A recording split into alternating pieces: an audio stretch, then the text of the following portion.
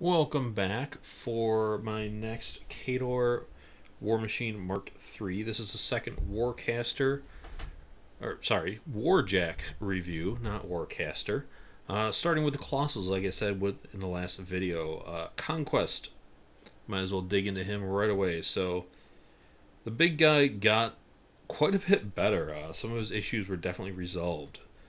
And some surprises. So, speed 4, strength 19 before he's 18. That's one of those surprises I was talking about. We're at 4, mat 6. Sorry, out of order there. Defense 7, armor 20. So, well, most of our Khador Jacks got a rat fix. Conquest just got a strength fix, which is kind of interesting, but I like it. Pathfinder is now labeled on his card. Before, I think that was just a colossal rule. The main gun is still the same, range 15, AoE 4, POW 15. His second batteries are range 12, rate of fire 2, AoE 3, POW 10. Before they're range 12, rate of fire 1, AoE 3, POW 12. But there are some special rulings on it that pretty much made him rate of fire 2. His fists are now range 2, PNS 23, which is freaking awesome. I mean, POW 23, PNS 23 fists are just ridiculous. Boxes wise, the is 62 boxes, just like before. I'm not going to go over all the colossal power attacks. You guys can read those on your own. So he still has critical devastation, which is on a critical hit, models hit are thrown d6 directly away from the attacker. Roll distance once for all models affected. Models thrown do not deviate. Move models farthest from the attacker first. Instead of suffering blast damage, models hit but not directly suffer a damage roll with a POW equal to half the POW of the weapon. The POW of the collateral damage is equal to half the POW of the weapon. Before that specified POW 8. Now it's just POW 8 because half the POW of the weapon. So crit devastation is always awesome. Second battery has creeping barrage like before. You lost link guns, which made them rate of fire 2, so now they're just rate of fire 2, so get rid of that crap. But creeping barrage before sucked because it was a POW 6 blast damage roll, and POW 6 is just nothing. Now it's got high explosive, so the second battery guns have high explosive. Blast damage caused by this weapon is POW 10. So just changing that from a POW 6 to a POW 10 is a big deal.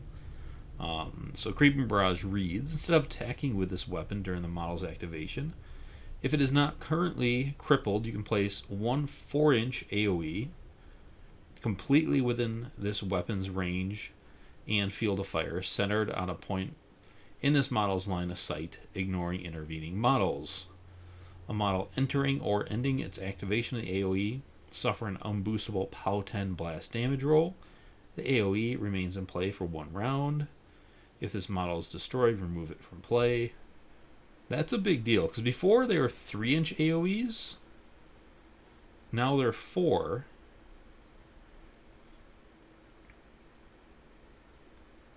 And they are not blast 6, they are blast 10. And you no longer have that 1-inch rule between them, it's just 1 per weapon. So this just got way better at protecting him. Because, yeah, like I said, PNS 10 will actually kill some things, unlike the PNS 6. Heavies are still going to be able to go through it without issue, but at least you're not going to be able to get hit by a bunch of, Crick's Weapon Masters. So, Conquest kept all of his good stuff, hits even harder in melee now, and his Creeping Barrage actually matters. But also the deviation. If you don't do Creeping Barrage, your second batteries do have high explosive 10, so those 3-inch, 4 shots with those, even at rat 4, and just deviating 4 3-inch AoEs at POW 10 blast damage, that's not bad. So yeah, the big guy, he just got a little bit better. Points wise, he used to be 19 points. He's now 37. So didn't quite go up to double. Just shy of that. So that's not bad either. So Victor, who still isn't out, so we really didn't get to officially use in Mark II except for proxying. Stat-wise, speed 4, strength 19, just like Conquest. Mat 6, rat 4, defense 7, armor 20. Pathfinder again. The siege mortar still range 20, rate of fire 1, AoE 5, POW 15.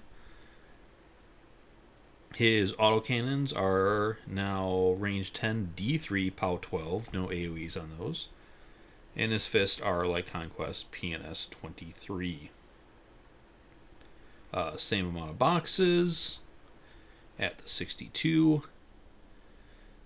Now, his siege mortar, it's got arcing fire on it, which it did before. Attack type, I think it, yeah. There it is.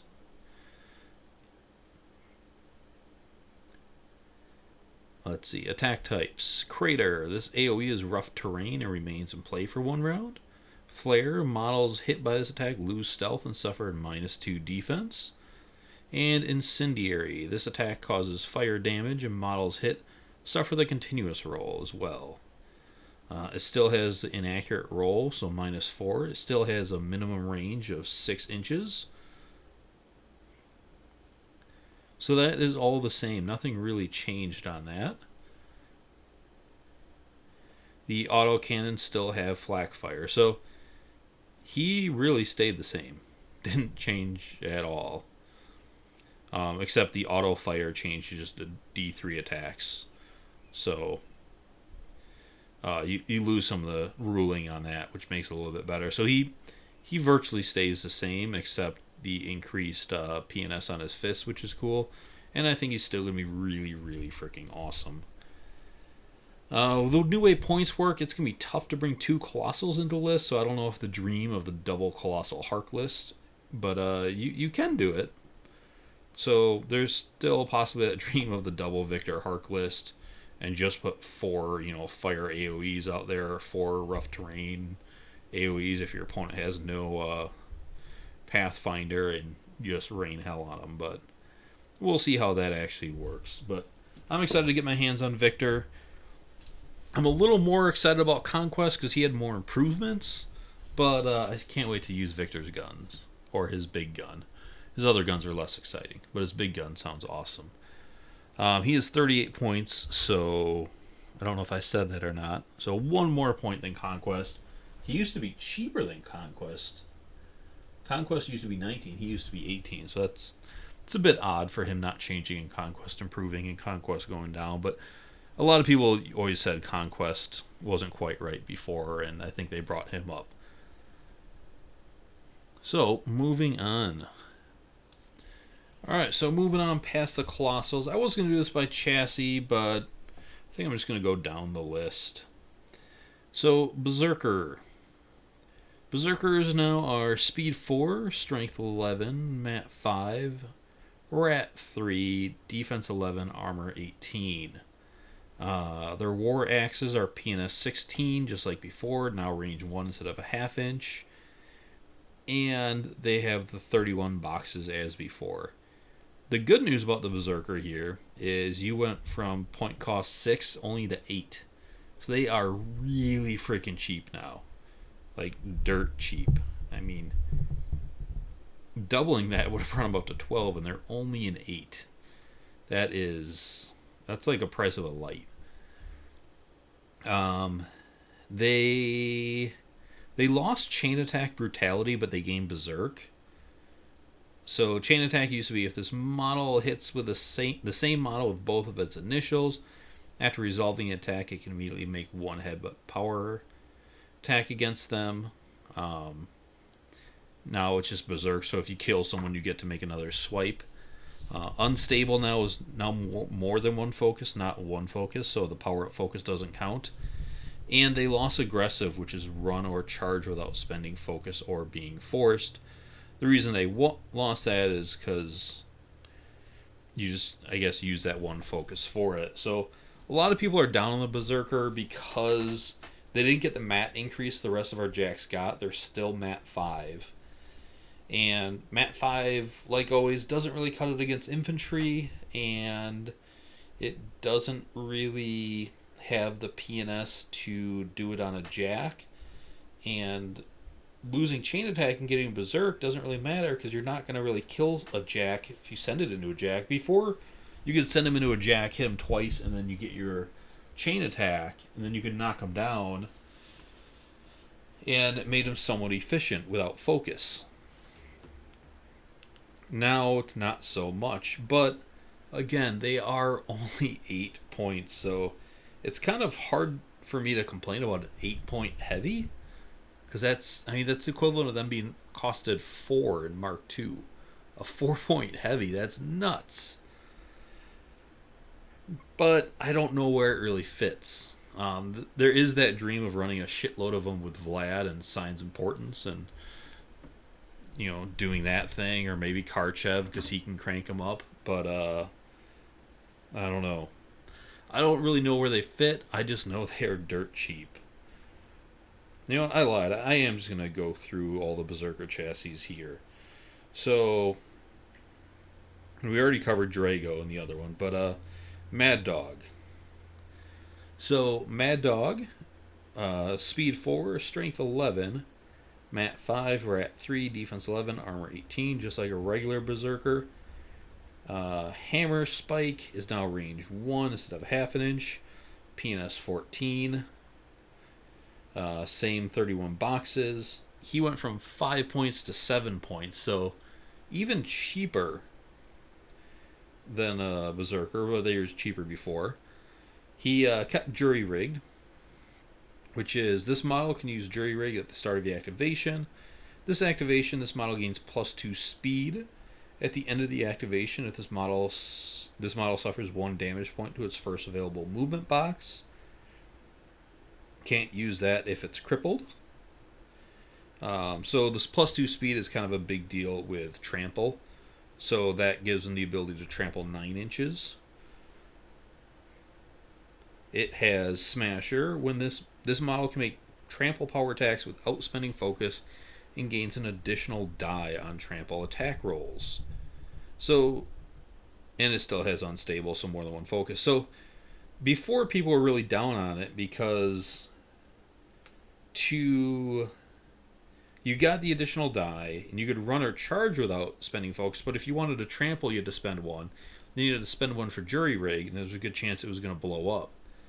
Now it's a lot more efficient because you trample for free, and then you can spend your 1 free focus that doesn't trigger unstable on jury rigged. And I think a ruling came out that people are talking about now too, that when you trample, you get backstrike bonus since you are hitting them kind of after you go over them. So that's +2 to Matt. So he'll be Matt 7 boosted on his trample attacks and can trample 9 inches. So he's, I don't know, a lot of people are kind of shitting on him a little bit. And I get it, but I'm kind of torn on it. So the kind of hit against him is with his PNS 14, he's only a trample bot at this point. He's got 1 roll, and it's to trample over and kill infantry. Now, because this game has more Warjack points and less army points now, we're seeing less infantry and more heavies, which makes Mad Dog a little bit less enticing, but he is only 7 points. I mean, think about Yuri is 6 points. And Yuri's only really role is to charge in and try to thresher some people. The Mad Dog can now trample at 9 inches and kill a lot of infantry because he's not going to miss. Now, with Strakov, Vlad 1, any of the casters with Boundless Charge, but mainly Strakov and Vlad 1 can add 4 inches to his movement. Does Strakov do that for tramples too, or just charges? Well, I know Vlad 1 can for sure. I should check Strack off before I say that for sure, because I am setting a war room to do these videos. So let me just quick check Strackoff's feat.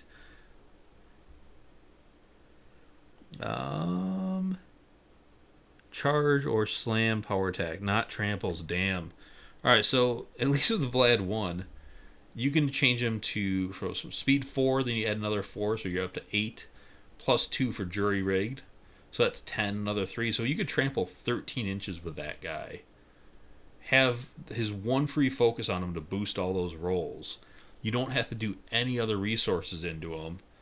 And PNS 14, especially if he's under SMP, is definitely going to take care of him. And with 4 dice and throwing out the low, he's not going to miss anyone. So I can definitely see a place for this guy in some lists. You know, if you put 2 of those in a Vlad list, and on his feet, you know, you send those 2 in, you can take care of someone's like entire infantry, and then you just have to worry about their jacks. And our infantry can kill jacks pretty well. So I don't know. These guys don't sound that bad. And, you know, again, once they're in there, and that's some boxes that the opponent has to deal with, too. And if you just kill most of their infantry, then they got to send their heavies into your mad dogs.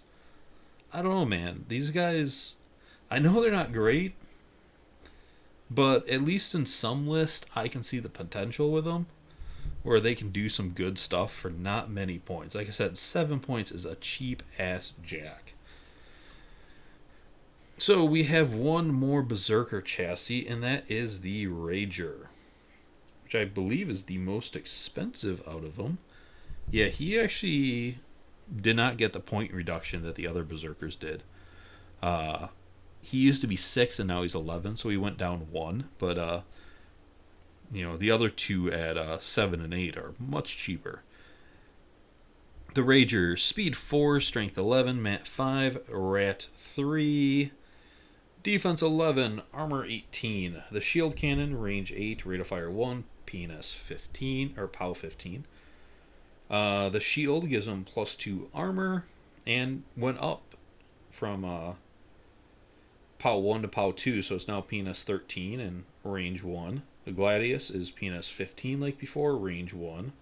He's got the same 31 boxes as a Berserker chassis.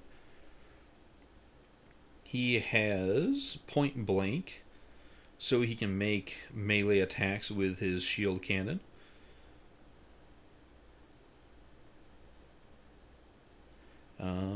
Shield guard like before that we covered. If he's within 3 inches of your caster, you can have him directly hit instead, and unstable like we've covered. So yeah, he's really good. I kind of wish he went down with the other ones, but he still is a shield guard jack for Khador, and the shield gives him armor 20, 31 boxes. That's a pretty good shield guard, and that's not a bad point cost. I'll definitely take that. That many boxes on a shield guard is pretty damn good, which means he can take quite a bit and keep going. So Berserker chassis, not a lot of people terribly excited about them, but I'm not really down on them. So let me know what you think about them. I think they're going to be a little more fun than people are giving them credit for, but that is it for them. So next up, I'm going to cover the Kodiak chassis because I just want to. And because the Kodiak is now awesome. I've always loved the way the Kodiak looked, and I kind of liked him. Brought some cool utility, but he just cranked up a lot. Some people argue our most improved Warjack. So the Kodiak, speed 4, strength 12, mat 7, which is a 1 increase like a lot of our jacks got. Rat 4, defense 10, armor 20. Standard 34 boxes. His armored fists, like before, are PNS 16 open fist, range 1, which kind of makes him a pillow-fisted Warjack. His point cost in Mark II was 8, but instead of 16, he is 13, which is a good discount.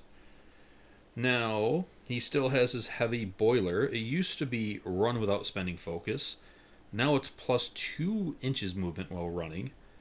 And I think the reason they were doing that is it would have been kind of dumb. You can run for free and then you can't spend your focus on anything because your turn just ends. So I think that's a decent trade-off. I'll definitely take that +2 movement. Vent Steam, though, is the reason why he got so damn good. This model can use Vent Steam once per activation at any time. It used to be a star action. Center a 4-inch AoE cloud effect on this model. Living and undead models in the AoE, when it is placed, suffer a POW 12 damage roll. The AoE remains in play for 1 round. So before it was a 3-inch AoE, and living models currently in the AoE hit and suffer a POW 12 damage roll. The AoE remain in play for 1 round.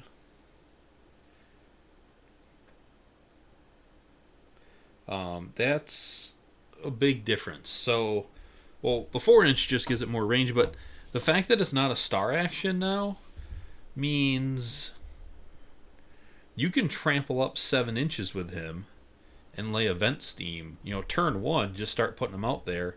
And the fact that it says on the wording, living and undead models in the AoE when it is placed suffer a POW 12. So after it's placed, it just remains in play as a cloud without damage on it.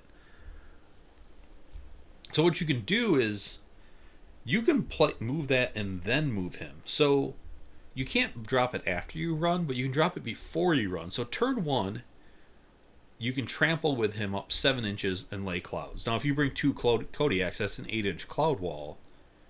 That's not bad to start with.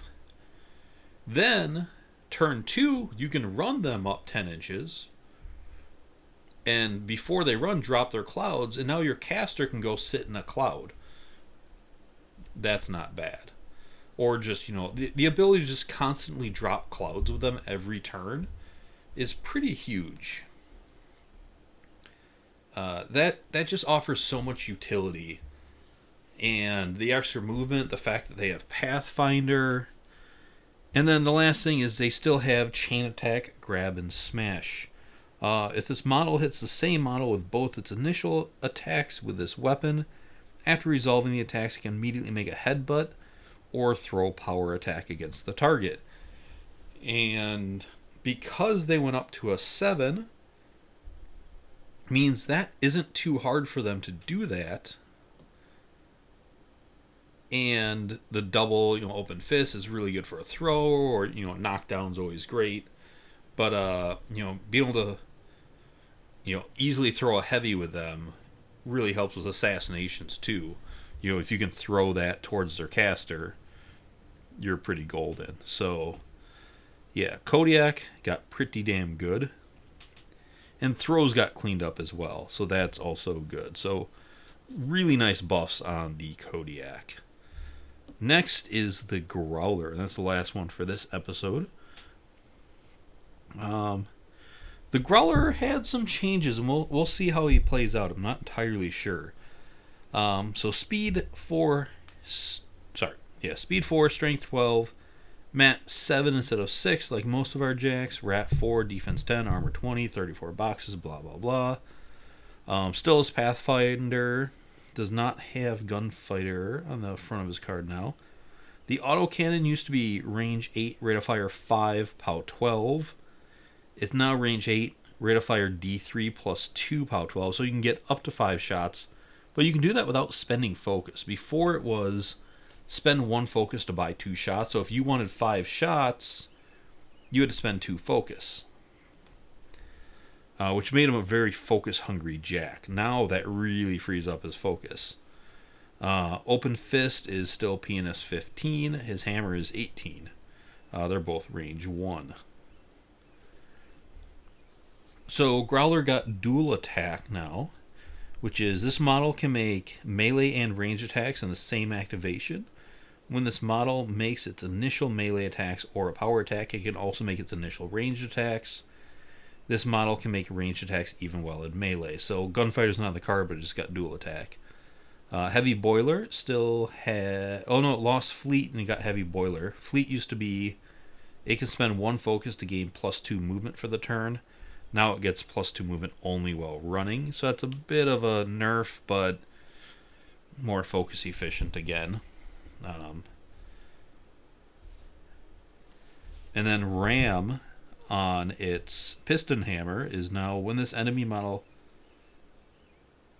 Oh, when an enemy model is hit by this weapon during this model's combat action, it becomes knocked down and can be pushed 1 inch directly away from this model. If the model hit is pushed, you can advance 1 inch directly to it.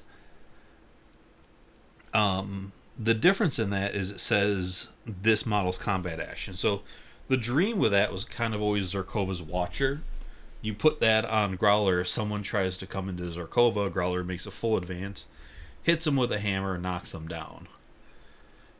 That's no longer the case.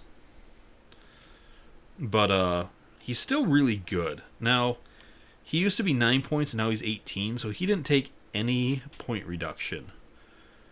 But you can make 5 attacks with this, up to 7 attacks with him without spending a single focus. That's pretty impressive. Like, he was very focus heavy before, and now he's not focus heavy at all. You don't have to spend the 1 for fleet. I mean, you just don't get it, which, kind of sucks.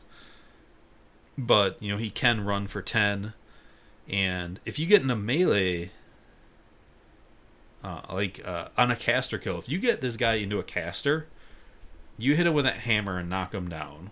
You boost the attack roll on that one, so you make sure you hit. And at PNS 7 boosted, you should hit most casters. And they're going to take a lot of damage for that. They're probably going to drop focus to protect that. Then you hit it with your open fist. You're going to do some damage. They're going to probably drop their focus to reduce that. And then you can take up to 5 shots at a PNS 12 or a POW 12. Up to 5 shots with the POW 12. I mean, it's going to be at least 3. So 3 to 5 shots. Most casters, again, 14 to 18, if they're kind of in that 15-16 range where a lot of them are, PNS 12 is going to crack that pretty well. And being able to pump a bunch of those in there, yeah, this guy can do work. And then, if you have focus on him, if you plan to get him to that caster, you have 2 focus left and you just buy 2 more PNS 18s. I mean, this guy's pretty scary. But even on a lot of non-Khador jacks are armor 18. A PNS 12 can crack that. Not by a lot, but on average you crack that by 1 damage. So, you hit him with your hammer, you hit him with your fist, and then you get 3 shots to maybe get further than that. Maybe you crack, maybe you don't, but if you spike some of those, hey, that's more damage, more attacks. It makes him really scary versus light jacks, because PNS 12 will hit a light jack pretty good. And he's just really efficient, really good. I kind of don't like that he's expensive now, that he didn't get any point cost reduction, but man, set up to 7 initials without any focus. I don't know, that's pretty impressive. So we'll see how the Growler turns out in play. I have a feeling he's not going to see a ton of table time because of his cost, and because we have so many awesome jacks for 12, 13 points. But, we'll see if he gets on the table, because I got a feeling with, again, like Vlad and Strakov, those ones where you can really up his movement and get him to those scary places, he will mess a whole lot of things up. So that is it for this episode. Thanks for watching, listening, whatever, and I'll see you guys later.